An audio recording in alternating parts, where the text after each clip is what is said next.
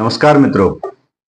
आज हम बात करते हैं ईरान इजराइल युद्ध में अमेरिका के राष्ट्रपति डोनाल्ड ट्रंप की भूमिका की।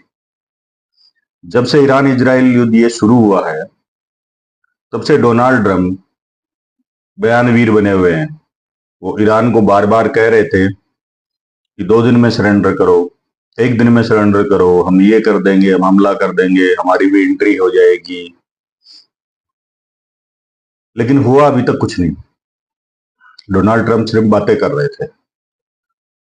और अभी हाल ही में डोनाल्ड ट्रंप ने एक बड़ा यू टर्न लिया।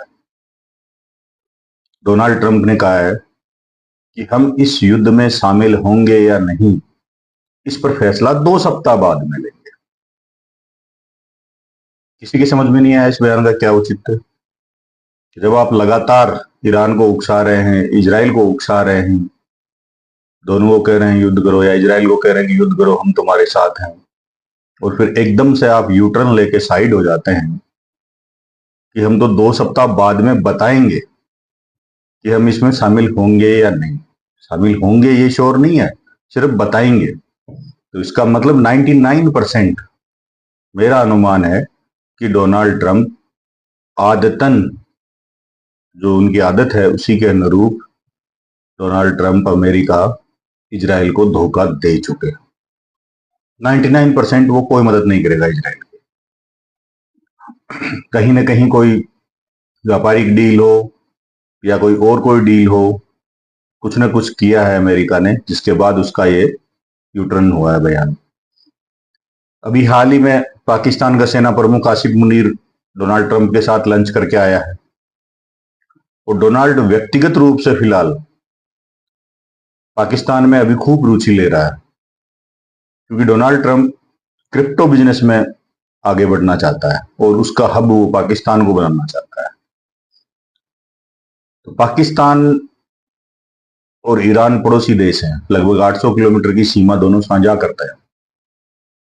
तो डोनाल्ड ट्रंप चाहते हैं कि पाकिस्तान ईरान को समझाए, या फिर कुछ और इंटरफेयर चाहते होंगे, या कुछ पाकिस्तान के जरिए बात हुई होगी उनकी ईरान से, जिसके बाद उनका बयान 2 सप्ताह वाला आया। अब इजराइल को भी लगभग ऑलमोस्ट ये समझ में आ चुका है कि अमेरिका से मदद की उम्मीद करना बेवकूफी है।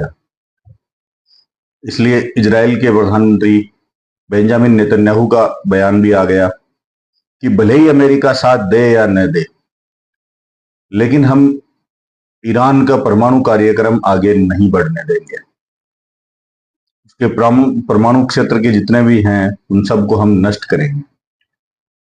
नेतन्याहू को समझ में आ गई कि डोनाल्ड ट्रंप धोखा दे चुके हैं, तो अब उसके पास खुद के पास जितने सीमित संसाधन हैं उन्हीं से उसे ईरान का मुकाबला करना है। अभी हाल ही में ईरान ने जो मिसाइलें दागी हैं उनसे इजराइल को नुकसान भी खूब हुआ है। हालांकि इजराइल का बयान है कि हमारे एयर डिफेंस सिस्टम आयरन डोम का जो एक्यूरेसी है वो 90% है। 100% तो किसी की संभव नहीं, ये बात भी सही है, लेकिन वो जो 10% का डिफरेंस है उसमें भी इजराइल का खूब नुकसान हुआ है। नुकसान ईरान का भी खूब हुआ है। डोनाल्ड ट्रंप कभी नहीं चाहते कि एशिया में शांति रहे। अगर शांति रहेगी तो उनके हथियार कैसे बिकेंगे। अमेरिका कोई गेहूं बेच के सुपर पावर तो बना नहीं है, तो वेपन बेच के ही सुपर पावर बना है। तो जब उसका मूल धंधा ही बंद हो जाएगा शांति होने से, तो ऐसा थोड़ी चाहेगा वो। इसलिए उसने एक बार युद्ध से अपने हाथ पीछे खींच लिए, क्या पता ईरान से भी कोई डील हो जाए, इस उम्मीद में। वो देखेगा कि ईरान क्या करता है। तो डोनाल्ड ट्रंप पे विश्वास करना सबसे बड़ी बेवकूफी है किसी भी कंट्री की। ये मेरी निजी राय है। राम राम।